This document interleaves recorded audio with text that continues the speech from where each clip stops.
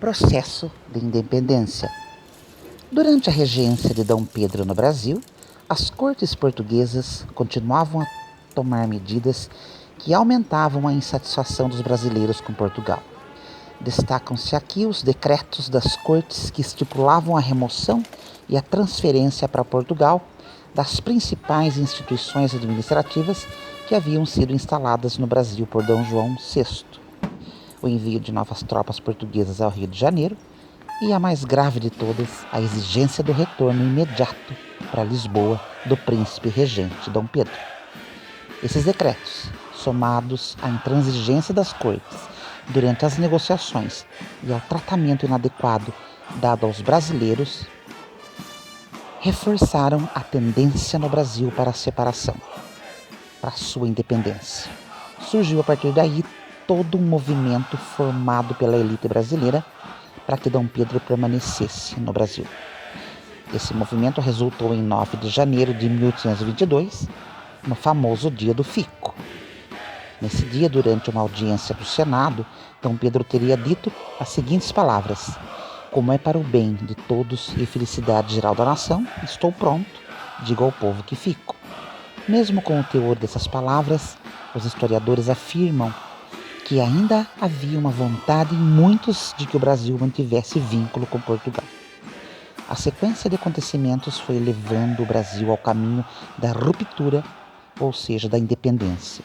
Durante todo esse processo, 2 pessoas tiveram um papel chave na liderança exercida por Dom Pedro no nosso processo de independência: sua esposa Maria Leopoldina e José Bonifácio de Andrada e Silva. Em maio de 1822, foi decretada uma ordem conhecida como Cumpra-se, que determinava que todas as ordens emitidas em Portugal só teriam validade no Brasil se fossem legitimadas pelo príncipe regente.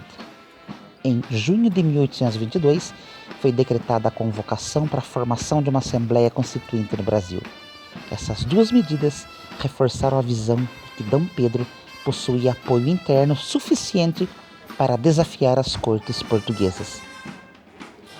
A postura das cortes portuguesas permaneceu irreconciliável e intolerante com os interesses brasileiros. No dia 28 de agosto, novas ordens de Lisboa chegaram ao país. Dom Pedro deveria retornar imediatamente a Portugal. Os privilégios da abertura do país seriam revogados e os ministros de Dom Pedro presos por traição. A ordem convenceu Maria Leopoldina de que a ruptura entre Brasil e Portugal deveria acontecer imediatamente em 2 de setembro. Sabemos todos que o príncipe regente foi alcançado no dia 7 de setembro às margens do rio Ipiranga. Dom Pedro, que naquela circunstância estava acometido de problemas intestinais, recebeu as mensagens, atualizou-se das ordens vindas de Portugal e declarou a independência do Brasil. Esse foi considerado o marco da independência brasileira. A partir desse momento, o Brasil seria organizado como uma monarquia e procuraria reconhecimento internacional. Nós sabemos que a independência, no entanto, ela não foi pacífica como muitas pessoas pensam.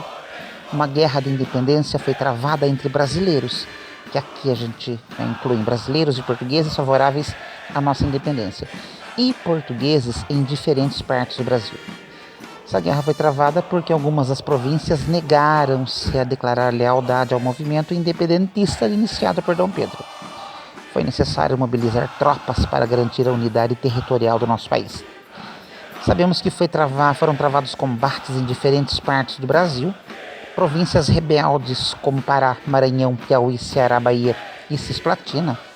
A guerra estendeu-se até 1824 e seu desfecho levou ao reconhecimento da nossa independência pelos portugueses somente em 1825.